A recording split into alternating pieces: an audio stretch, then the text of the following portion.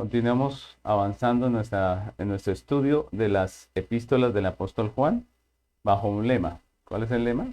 Jesucristo, la vida, la luz y la verdad.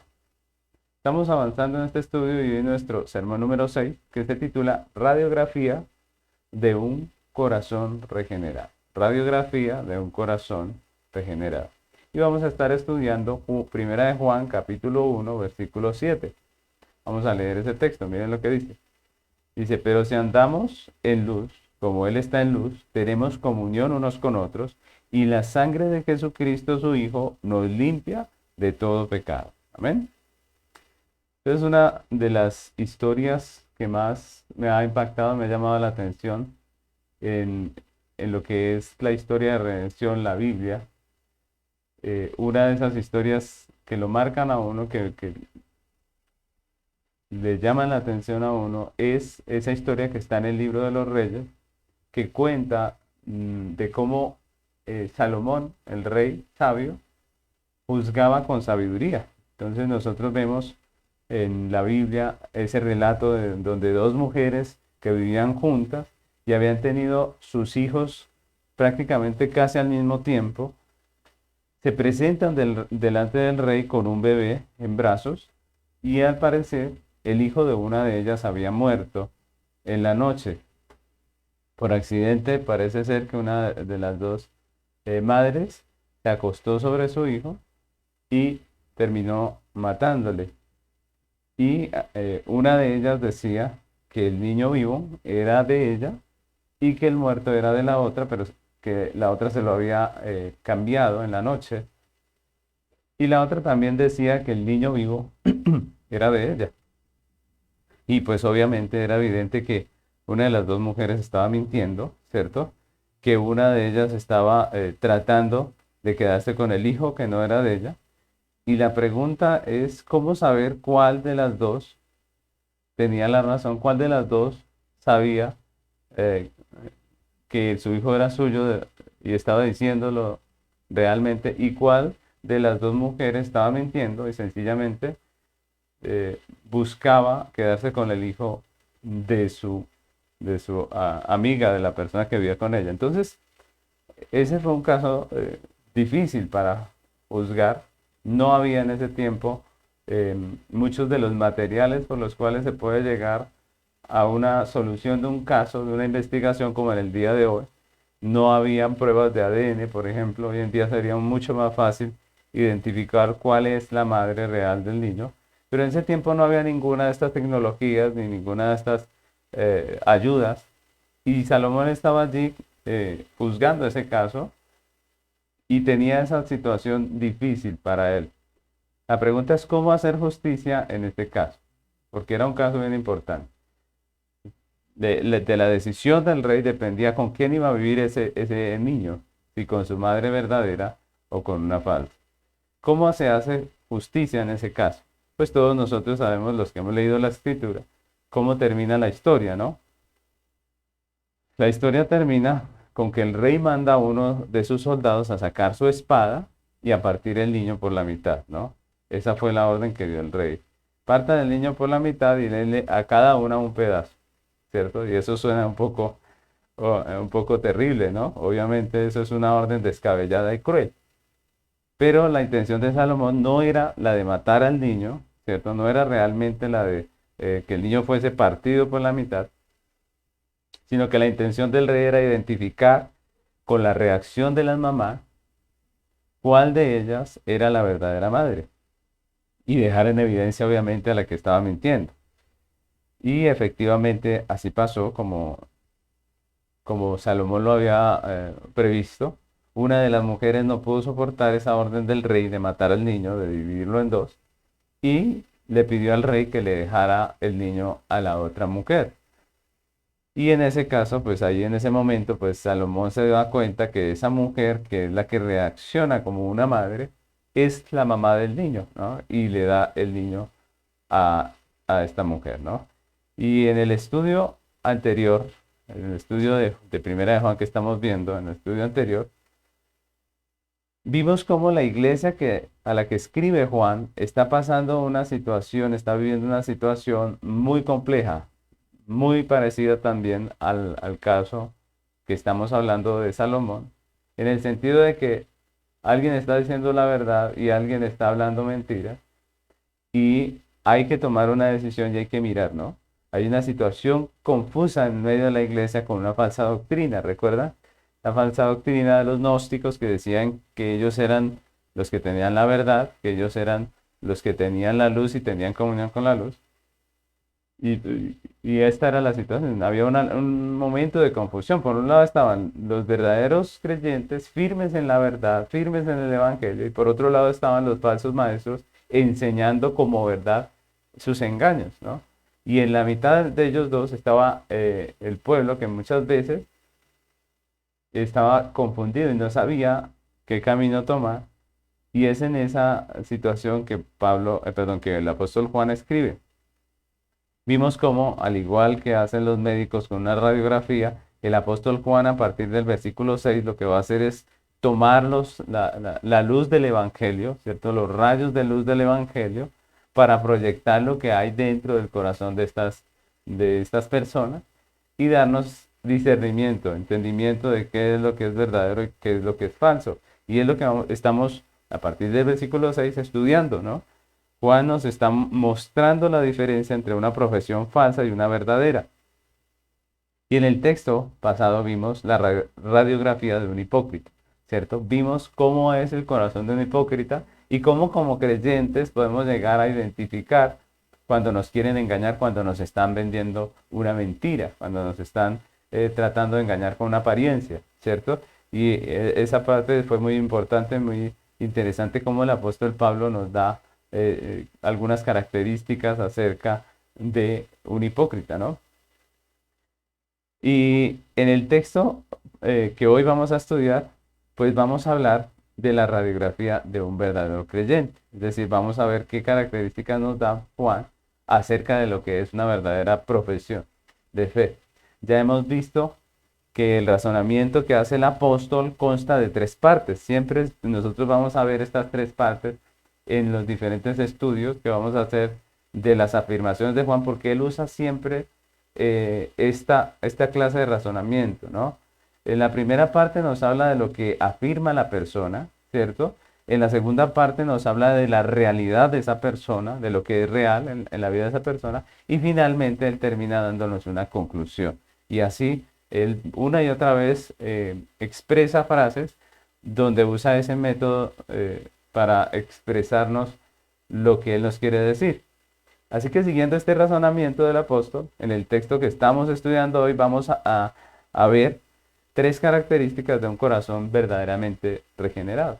Entonces comencemos con la primera que nos habla de lo que la persona afirma, de lo que él dice, ¿cierto?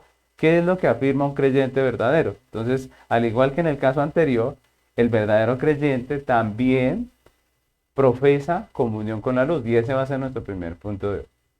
Profesa comunión con la luz.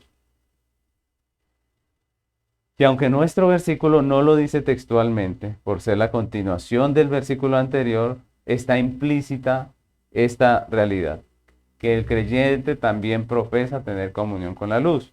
Miremos cómo en el versículo anterior el apóstol comienza diciendo, en el anterior, en el versículo que estudiamos hace 8 días, empieza diciendo, si decimos que tenemos comunión con Él y andamos en tinieblas, ¿cierto? Ahí está hablando del hipócrita, dice mentimos. Pero en este dice, pero, ¿cierto? Pero si andamos en la luz, ¿cierto? Si profesamos tener comunión con la luz y andamos en la luz. Entonces, claramente Juan nos está hablando aquí de dos personas distintas que profesan tener comunión con la luz, ¿cierto? ¿Qué es lo que está pasando dentro de la iglesia a la que él escribe? Recordemos que hay dos grupos, hablándolo así, hay dos grupos. Uno, el grupo de los falsos, que profesa tener comunión con la luz, pero son hipócritas. Y el otro es los creyentes verdaderos que también profesan tener comunión con la luz. Entonces, el primer punto o la primera característica que vemos en los verdaderos creyentes es que ellos profesan tener comunión con la luz. Y aunque en el tema anterior vimos que una profesión de fe pública no es garantía de una verdadera conversión, eso no quiere decir que una profesión pública de fe no sea importante, ¿sí? Porque a veces nos pasa que nos vamos al otro lado, ¿no? Algunos piensan que si confiesa que Jesús es el Señor, entonces ya es creyente, y eso la Biblia nos dice que no es garantía, y eso lo vimos hace 8 días. Pero eso no quiere decir que la profesión de fe no sea importante dentro de lo que la Biblia enseña y dentro de lo que Dios nos llama a hacer. La profesión pública de fe es una importante característica del verdadero creyente y así lo enseñan las Escrituras. No es de menospreciar la profesión de fe, ¿cierto? Sino que todo lo contrario, la Biblia nos llama a nosotros los creyentes a profesar nuestra fe, a hacerla pública, ¿cierto? Romanos capítulo 10, versículo 8 y 9 dice, mas, ¿qué dice? Cerca de ti está la palabra en tu boca y en tu corazón.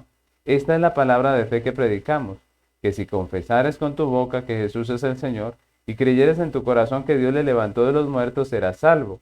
Porque con el corazón se cree para justicia, pero con la boca se confiesa para salvación. Entonces miren ese texto, ¿no? Se cree en el corazón, pero se confiesa, y la confesión pública de fe con nuestros labios sí es importante, ¿sí? No es garantía de que una persona es creyente. Es decir, el hecho de que alguien lo diga no es garantía, como vimos hace 8 días. Pero no quiere decir que la profesión pública de fe no sea importante.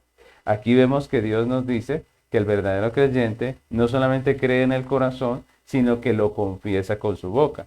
Y este texto no nos está hablando de la oración de fe que muchos cristianos tienen hoy como prácticamente sagrada, que creen que si alguien hace esa oración ya inmediatamente quedó salvo, sino lo que está hablando el apóstol Pablo es que una persona que realmente cree lo va a confesar con su boca, ¿cierto? Dijeron los apóstoles en el libro de los Hechos. Ellos dijeron, nos es imposible callar esto, ¿cierto? Porque no podemos dejar de decir, de testificar que Cristo es nuestro Señor. Y eso es lo que pasa con el creyente.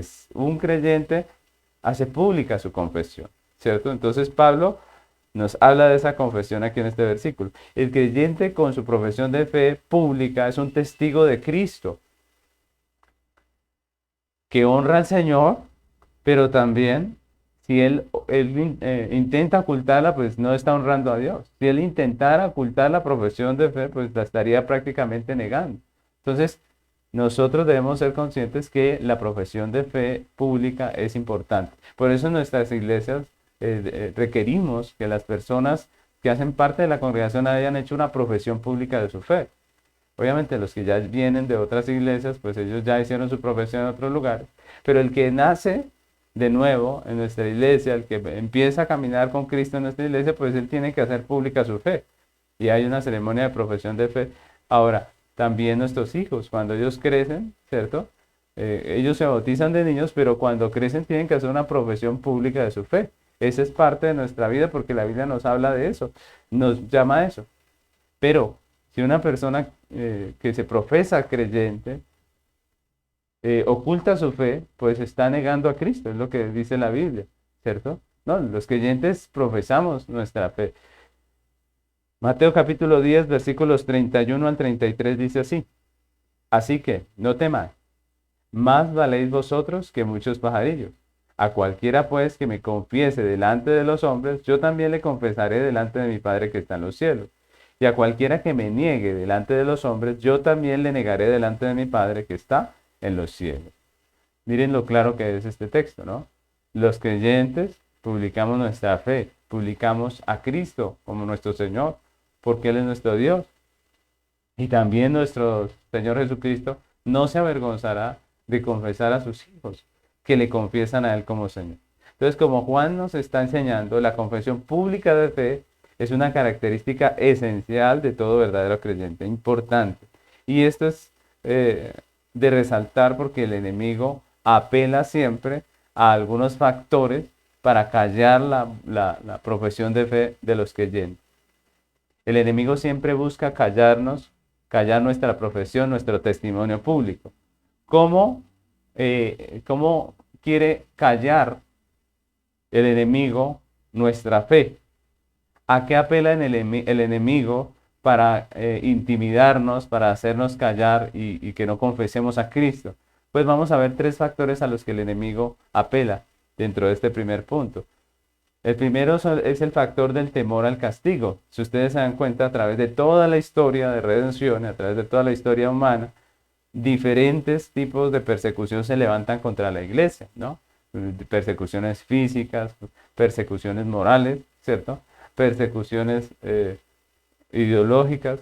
De muchas formas se levanta Satanás para perseguir la iglesia y para intimidarla, para amenazarla, que si profesa a Cristo va a recibir un castigo. Entonces el primer factor que usa Satanás para callar nuestra profesión es el temor al castigo. Un ejemplo lo encontramos en el Antiguo Testamento, cuando los reyes, que recuerden que los reyes muchos de ellos fueron hombres que se levantaron en contra de la verdadera fe, y los profetas iban y les hablaban, les decían, les llamaban al arrepentimiento, les hablaban también de todas las consecuencias que tenían sus pecados.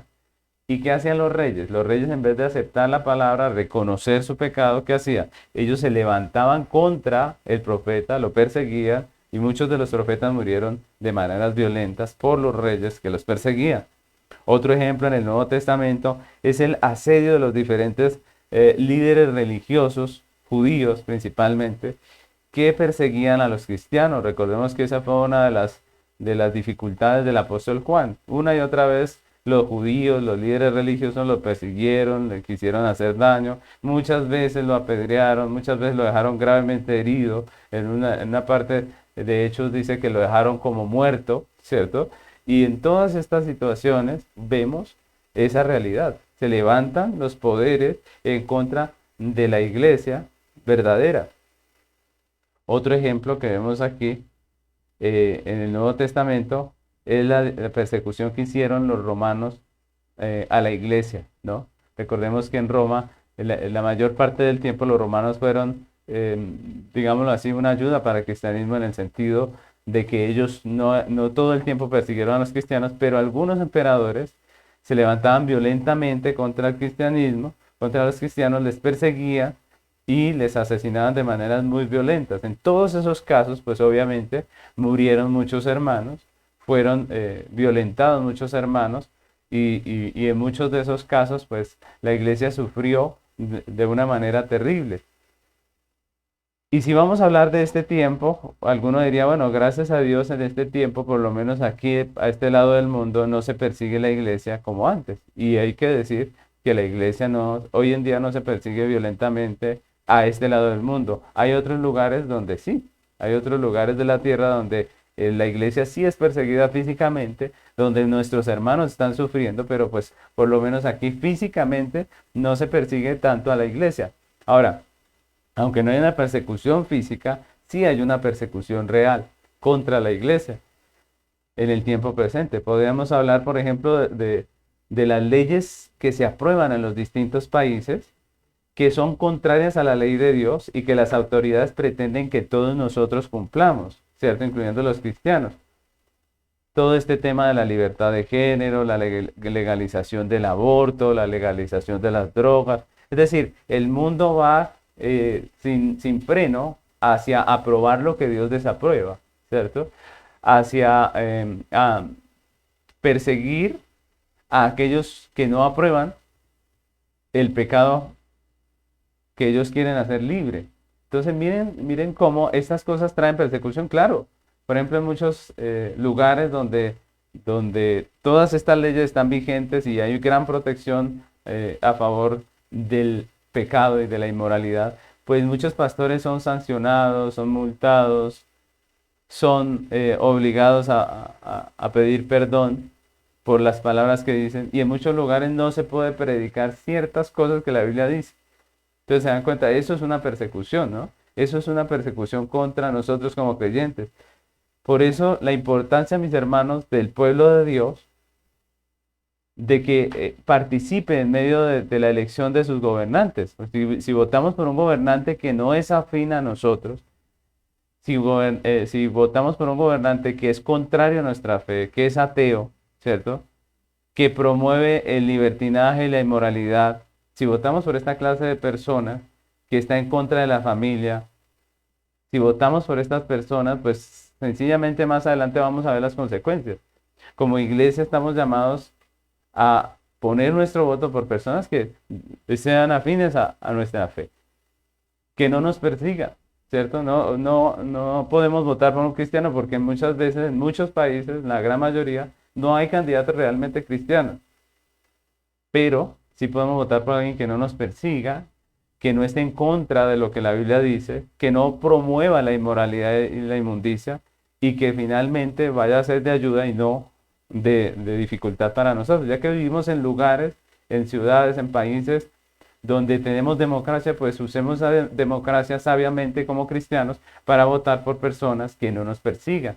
Miren, a veces el cristiano se preocupa es porque esta persona nos prometa más días o más esto, más aquello, pero la realidad del cristiano debería preocuparse de que su fe pueda ser divulgada, que pues, su fe no tenga que ser perseguida, que no nos sancionen por estar predicando lo que dice la Biblia, ¿cierto? Eso es importante. Entonces, por eso nuestro voto como cristianos es importante, porque nosotros votamos por personas que respetan nuestra fe y que no nos quieren imponer la inmoralidad que hoy en día se está imponiendo en el mundo. Eso es confesar nuestra fe. Confesar nuestra fe no es solamente salir a repartir invitaciones o cosas así, sino que confesamos nuestra fe con nuestro voto, con lo que decimos, con lo que nos hacemos sentir nosotros también los cristianos, ¿cierto? Y decimos, no estamos de acuerdo con esta inmoralidad, no estamos de acuerdo con esta política que nos quiere obligar a decirle a lo malo bueno, como dijo Isaías, ¿cierto? Y en momentos así como el que vivimos hoy en día, pues la iglesia tiene que pararse firme en la verdad. En momentos de persecución la iglesia se ha parado firme, ¿cierto? En los tiempos de los romanos que perseguían la iglesia, muchos fueron los mártires porque ellos dijeron, no vamos a ceder y no vamos a adorar al emperador, ¿cierto? Sino que nosotros tenemos un solo Dios y ellos murieron por causa de su fe. En momentos de persecución el cristiano tiene que pararse firme sobre la verdad, allí con la verdad como su roca, para poder defender su fe, mis hermanos. Hechos capítulo 5, versículo 27, miren, este texto nos da un mandamiento claro. Hechos capítulo 5, versículos 27 al 33, miren lo que dice. Dice, cuando los trajeron, los presentaron en el concilio y el sumo sacerdote les preguntó, diciendo, ¿no os mandamos estrictamente que no enseñases en ese nombre? Y ahora habéis llenado a Jerusalén de vuestra doctrina y queréis echar sobre nosotros la sangre de este hombre. Respondiendo Pedro y los apóstoles dijeron, es necesario obedecer a Dios antes que a los hombres. Es necesario obedecer a Dios antes que a los hombres. El Dios de nuestros padres levantó a Jesús, a quien vosotros matasteis colgándole en un madero. A este Dios ha exaltado con su diestra por príncipe y salvador para dar a Israel arrepentimiento y perdón de pecados. Y nosotros somos testigos suyos de estas cosas, y también el Espíritu Santo, el cual ha dado Dios a los que le obedecen. Ellos oyendo esto se enfurecían y querían matarlos. Miren la templanza, miren el dominio de estos creyentes que tenían por la gracia de Dios, por el poder del Espíritu Santo, para poder proclamar la verdad encima de la persecución, encima de toda esta violencia que se estaba ejerciendo contra la iglesia. Entonces, el enemigo quiere callarnos con la persecución, quiere callarnos al decirnos, si usted predica y confiesa a Cristo, pues nosotros le hacemos daño, le castigamos, pero la iglesia debe pararse firme. Otro factor que utiliza el mundo es el temor al rechazo. La Biblia enseña que el hombre es pecador y vivimos en un mundo caído donde la mayoría de las personas realmente no teme a Dios. Hay personas más morales que otras, pero la realidad es que la mayoría de las personas no teme a Dios. Recordemos que la Biblia no es moralidad, ¿cierto? No es solamente moralidad. El Evangelio nos habla en la obra de Cristo, no de moralidad. Entonces tenemos personas alrededor que parecen morales, pero que no son creyentes y que finalmente todos ellos son pecadores, ¿no? Y entonces bajo esas condiciones nosotros somos minoría, ¿cierto? Los creyentes generalmente son minoría. Y así lo dice la Biblia, dice, porque ancha es la puerta y el camino que conducen a la perdición, y angosto es la puerta y el camino que conducen a la vida eterna. Entonces, bajo esas condiciones, ser luz en medio de las tinieblas, pues es abrumador muchas veces, ¿no? Y sobre todo para nuestros jóvenes, que viven inmersos en medio de una sociedad que es abiertamente una sociedad en tinieblas, que no profesa la luz, que no teme a Dios, que no honra a Dios, que no guarda sus mandamientos. Y todas estas cosas, mis hermanos, pues hacen que para nuestros jóvenes sea muy difícil confesar a Cristo por temor al rechazo, por temor a que me digan, con usted no nos vamos a juntar. Y esto es algo que pasa con nuestros jóvenes y nosotros debemos ser conscientes. Es algo que los padres no solucionamos evadiéndolo, ¿no? Muchas veces los padres ven un problema en sus hijos y más bien se hacen los loquillos, ¿cierto? Y no atienden el asunto para ver si pasa, ¿cierto? Para ver qué pasa, para ver si no tengo yo que encargarme, sino todo eso se soluciona solo. Pero resulta que las cosas no se solucionan solas así nomás, sino que hay que hacer algo. Nosotros como padres tenemos el deber de preparar a nuestros hijos.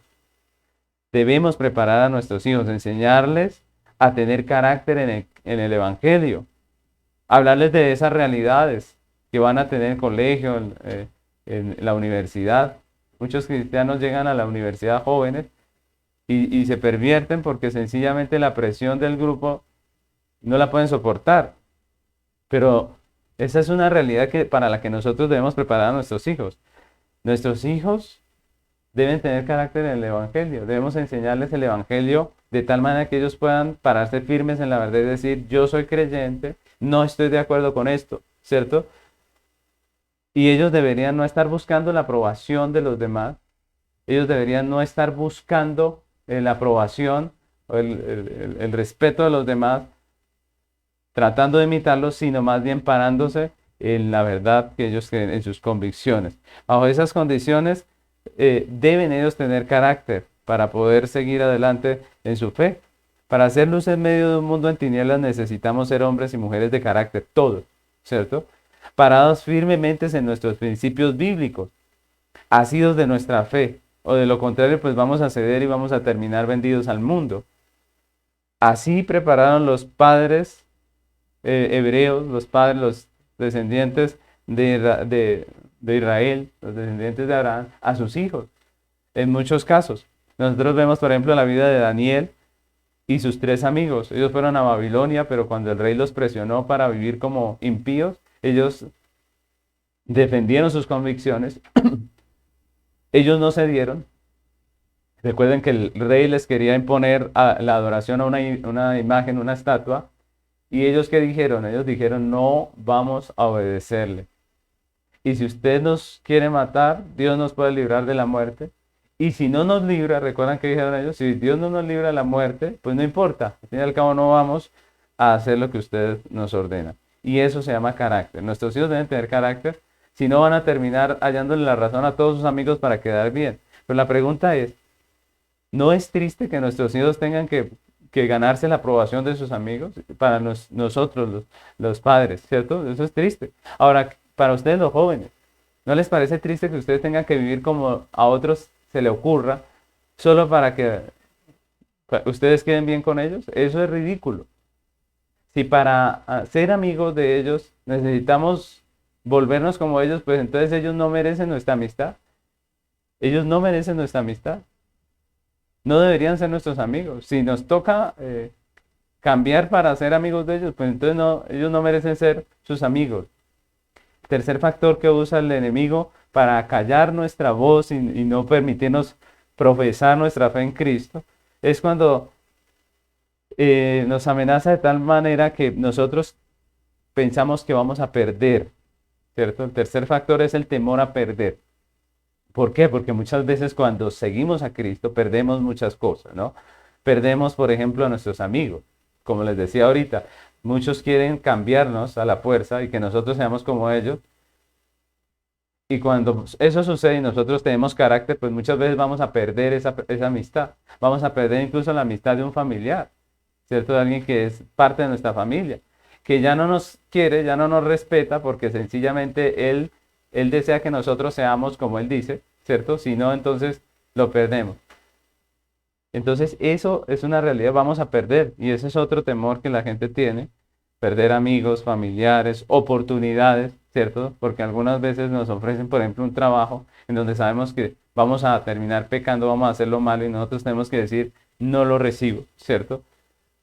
Todas estas cosas son reales y muchas veces el cristiano se ha amenazado con esa situación. Si profesamos nuestra fe vamos a perder. Pero ¿qué dice el Señor de todo esto?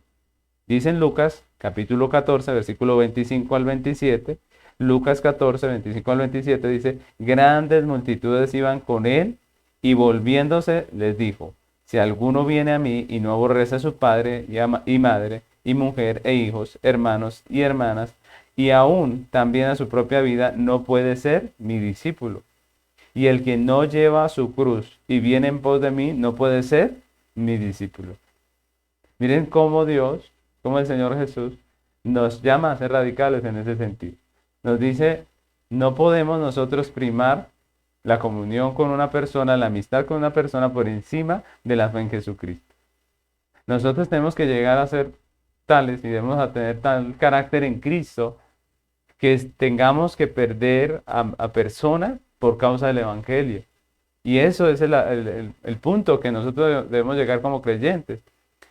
Debemos llegar a tener el valor de perder lo que sea por amor a Cristo, de perder una amistad, de perder el respeto de las personas muchas veces por amor a Cristo, porque profesamos a Cristo. Ojo, no es porque molestamos a la gente, sino porque profesamos la fe en Cristo. Entonces, como nos está enseñando el apóstol Juan en este primer punto, podemos concluir diciendo que el creyente está llamado a hacer pública su profesión de fe. Que una de las principales características del creyente es que profesa fe en el Señor Jesucristo, profesa una comunión con la luz.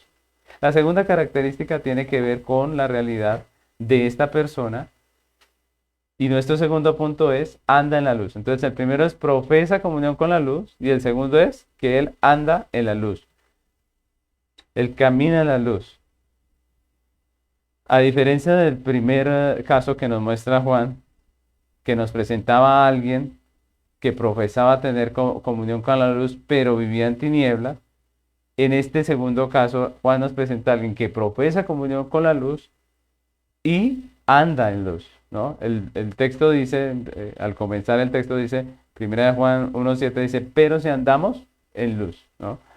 Cuando hablamos del hipócrita, vimos que él andaba era en tinieblas, ¿cierto? Pero Juan nos está presentando a un verdadero creyente ahora y nos da a entender que una de las características principales del verdadero cristiano es la coherencia que tiene entre lo que él profesa con su boca y su manera de vivir. Juan nos muestra que una de las principales características del verdadero creyente es la coherencia entre lo que profesa en sus labios y su manera de vivir. Juan usa de nuevo la palabra andar. Recordemos que ya habíamos hablado acerca de esta palabra, que hace referencia a todo el conjunto de actividades de la vida individual de una persona, el estado en el que vive una persona, ¿cierto? Aquello a lo que se ha entregado una persona, y en pocas palabras decimos su manera de vivir, ¿cierto? ¿Cuál es la manera de vivir de este creyente?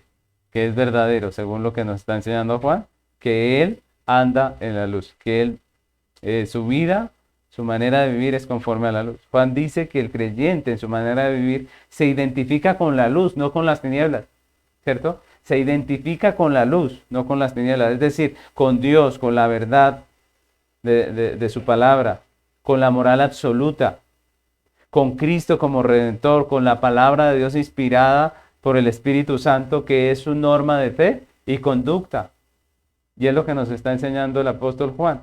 Esa es la manera en que vive un verdadero creyente. Pero como vimos anteriormente, Juan aquí no está hablando de obras humanas nada más, ¿cierto? No está diciendo que prácticamente el creyente es el que no peca y el no creyente es el que peca, no. Sino que él nos está hablando de lo que Dios hace en el corazón, de lo que Dios hace en el corazón de esta persona.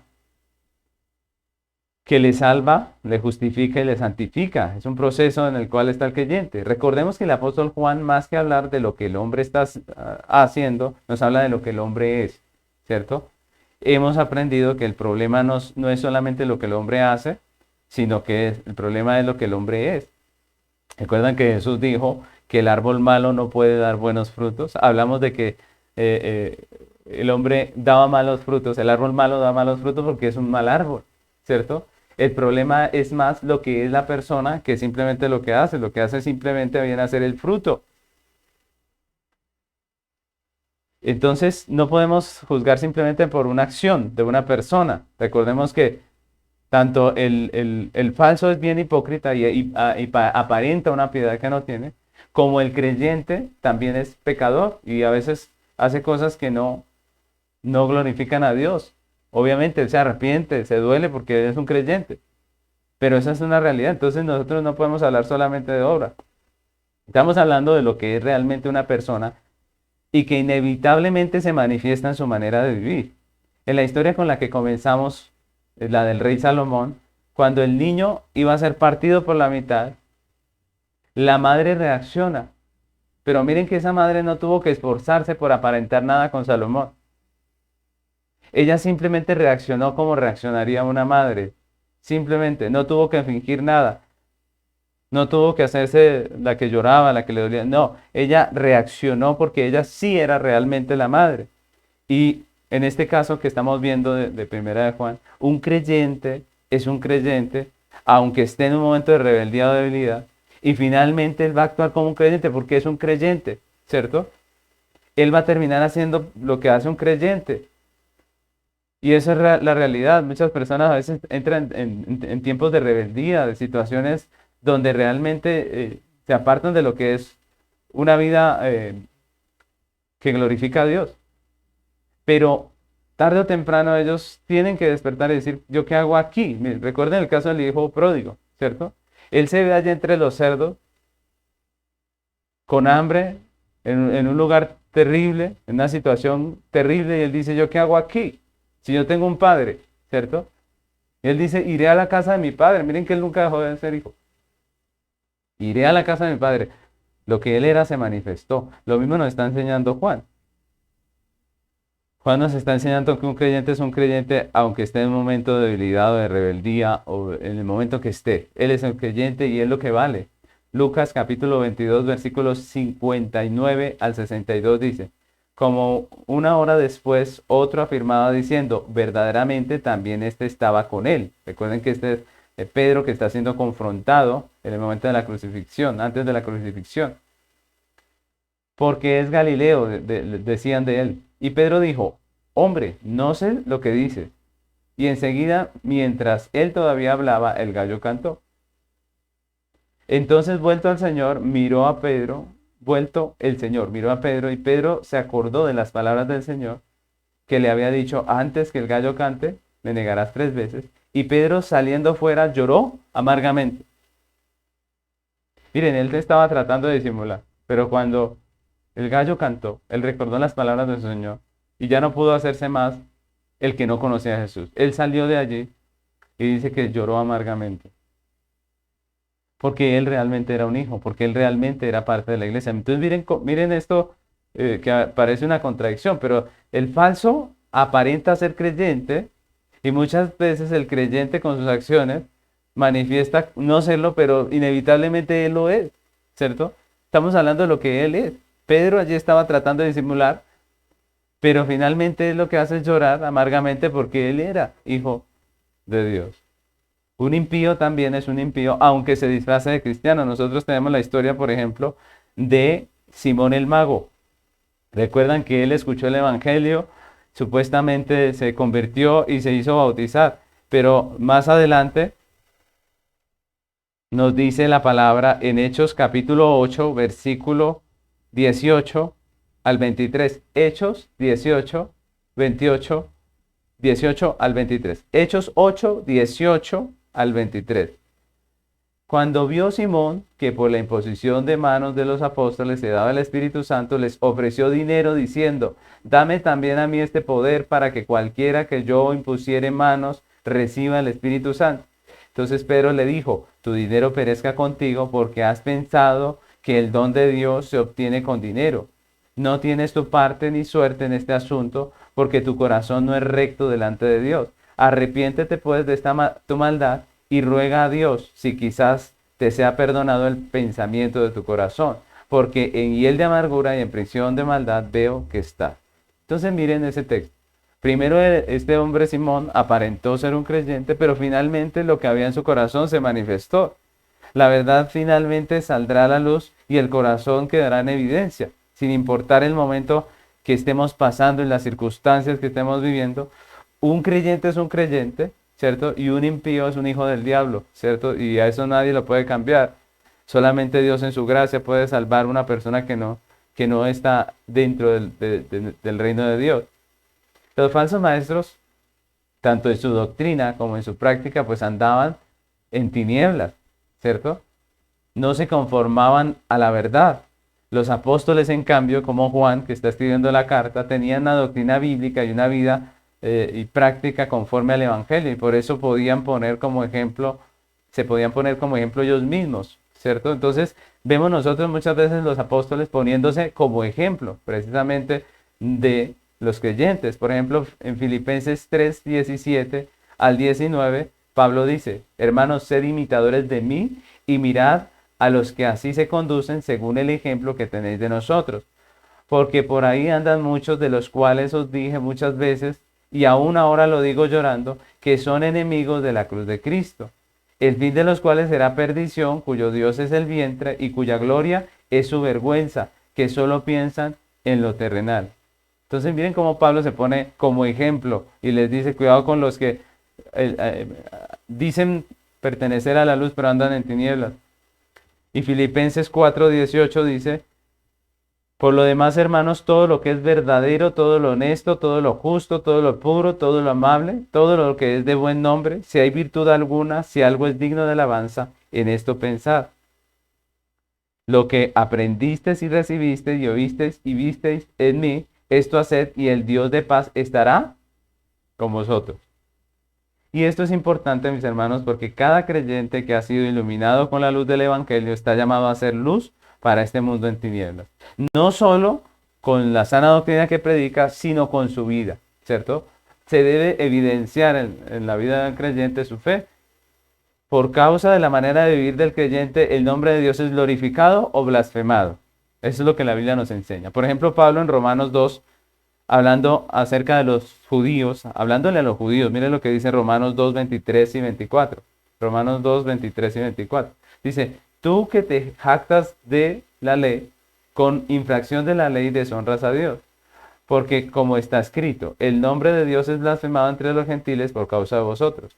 ¿Somos luz o somos tinieblas? Miren lo que dice el texto que acabamos de leer. Pablo dice, por causa de ustedes el nombre de Cristo es blasfemado. Como creyentes, nuestra vida hace que el nombre de Cristo sea blasfemado o que sea glorificado. Cuando el impío ve que los creyentes andan igual que el mundo, piensan igual que el mundo, viven igual que el mundo, pues obviamente el nombre de Cristo está siendo blasfemado. Somos luz, no solamente proclamando la luz de Cristo al mundo, pero también en nuestra manera de vivir. Dice Mateo capítulo 5, versículo 14 al 16, vosotros sois la luz del mundo. Una ciudad asentada sobre un monte no se puede esconder, ni se enciende una luz y se pone debajo del almud, sino sobre el candelero y alumbra a todos los que están en casa. Así alumbre vuestra luz delante de los hombres, para que vean vuestras buenas obras y glorifiquen a vuestro Padre que está en los cielos. Entonces es claro ese texto, ¿cierto? Para que vean vuestras buenas obras, ¿no? Obras conforme al Evangelio, y ellos puedan glorificar a Dios.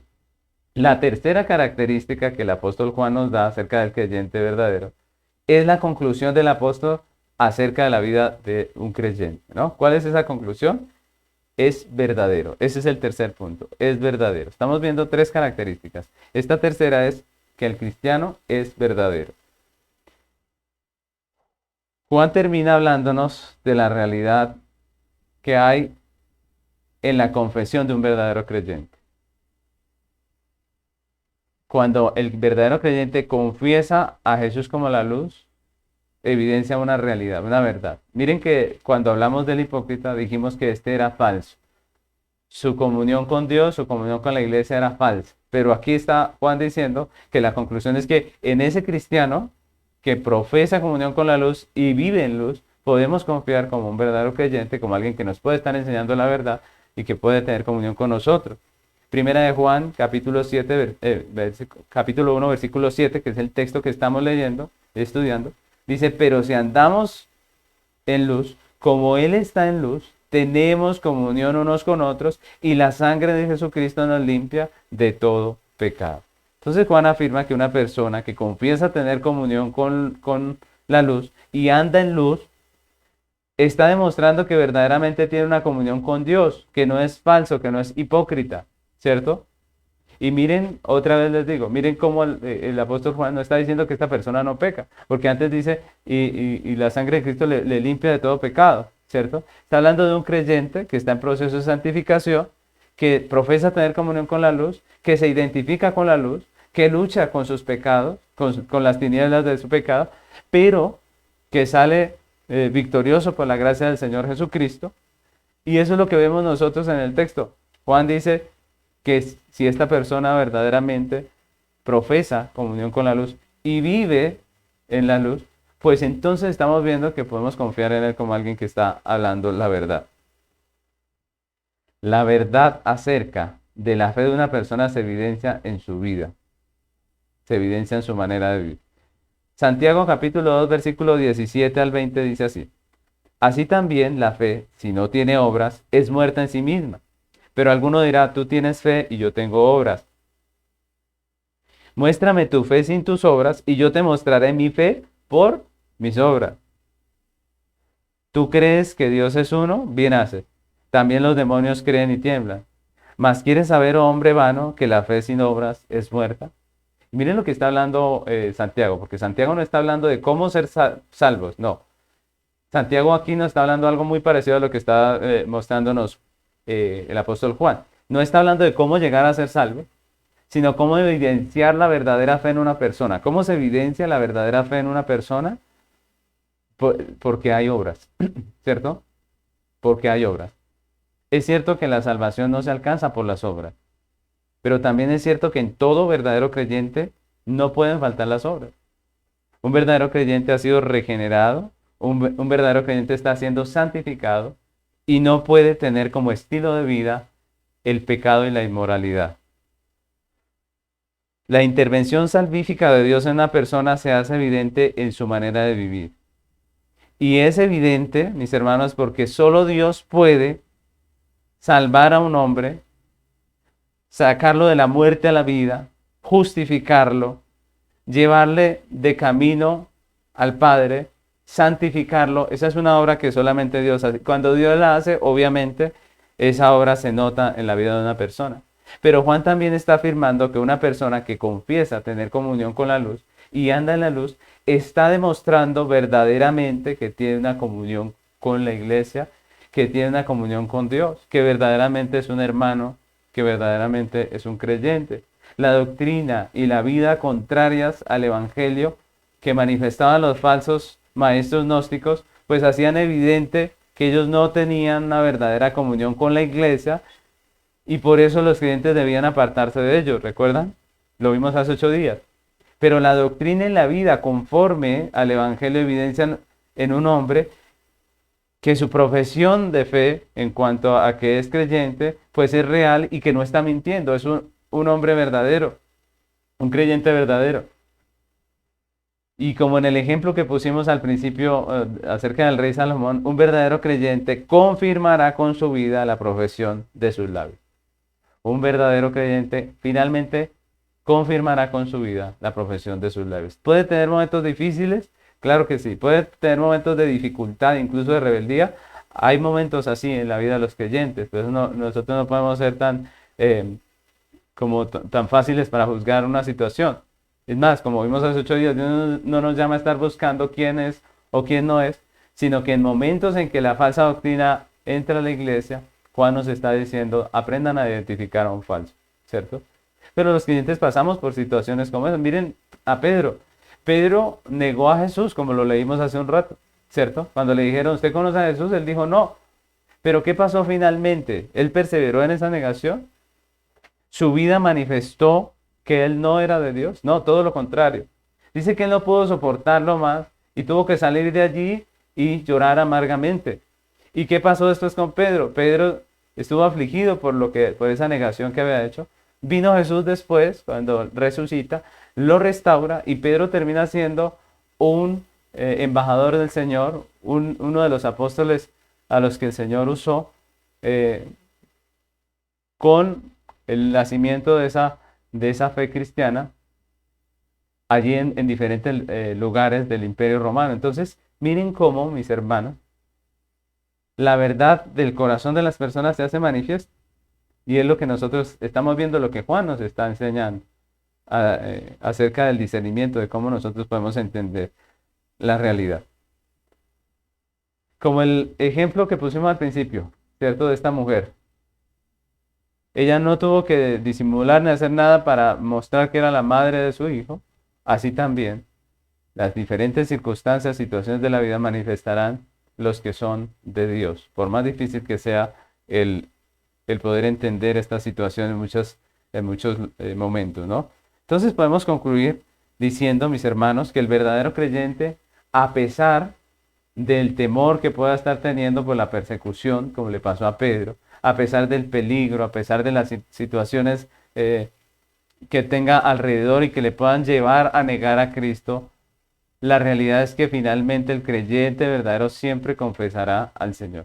Él publicará su fe en Cristo y la defenderá con valor. Es lo que la Biblia nos enseña. Sí, al principio de nuestra vida cristiana no somos tan osados, tan firmes como para mantenernos parados en la raya como deberíamos, pero a medida que pasa el tiempo el creyente está siendo santificado y finalmente la profesión de fe va a ser algo importante en la vida del creyente en toda su vida. Un verdadero creyente muestra también coherencia entre su profesión de fe y la manera en que vive. Él vive en la luz. Sí, puede tener situaciones de pecado, puede tener muchas situaciones, pero en medio de todas esas cosas, él vivirá por Dios y para Dios, ¿cierto? El creyente vive para Dios, el impío vive para el mundo, vive para el pecado.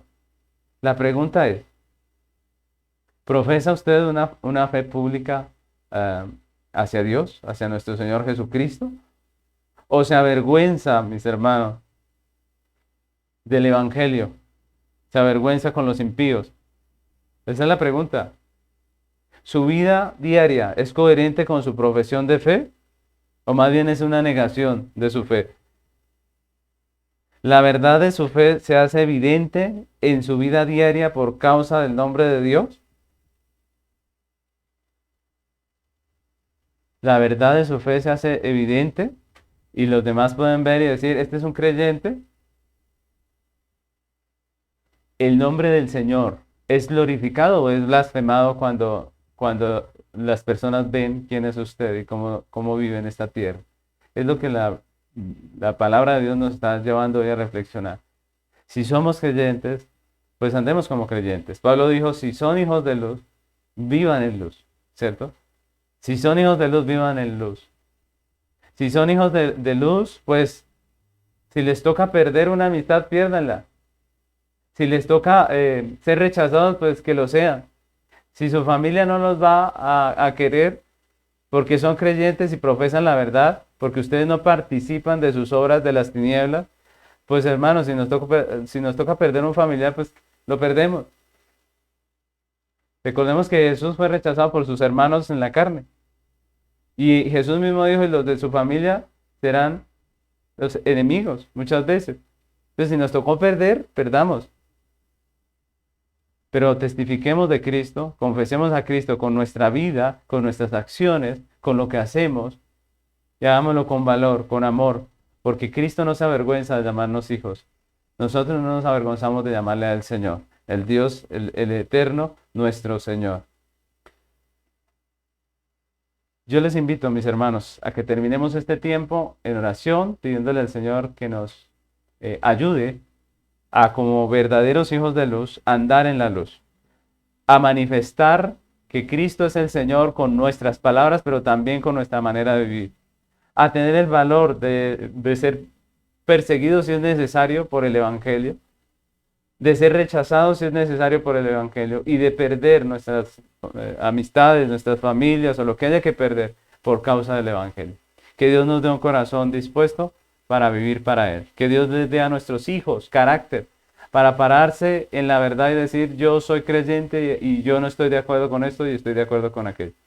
Que Dios nos bendiga y nos ayude en medio de este mundo que vive en tinieblas. Así que les invito a que oremos.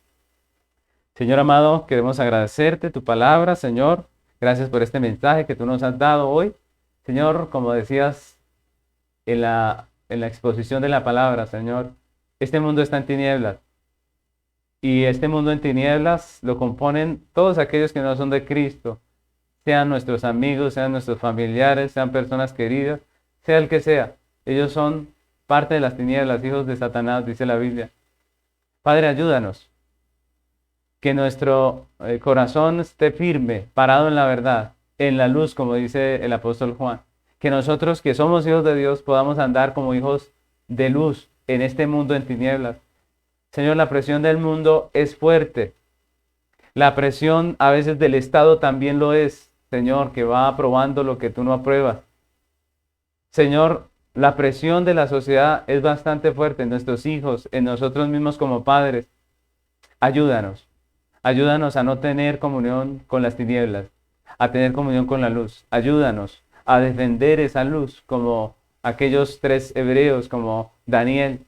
Ayúdanos, Señor, a tener el valor incluso de perder oportunidades o de perder familiares o de perder amigos, de perder lo que sea necesario perder por causa del Evangelio. Danos el valor, Señor, porque nosotros somos pecadores, pusilánimes, que nos dejamos mover de emociones, que nos dejamos mover de sentimentalismos, pero te pedimos, ayúdanos, fortalécenos. Tú nos estás enseñando que un verdadero creyente te confiesa en medio de cualquier situación. Ayúdanos, Padre Celestial, que podamos manifestar una verdadera fe, no solamente con nuestras palabras, pero también con nuestra vida, con todo lo que hacemos, con la manera en que sentimos, pensamos, deseamos.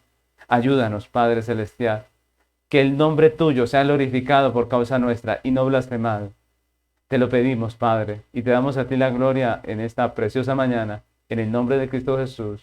Amén.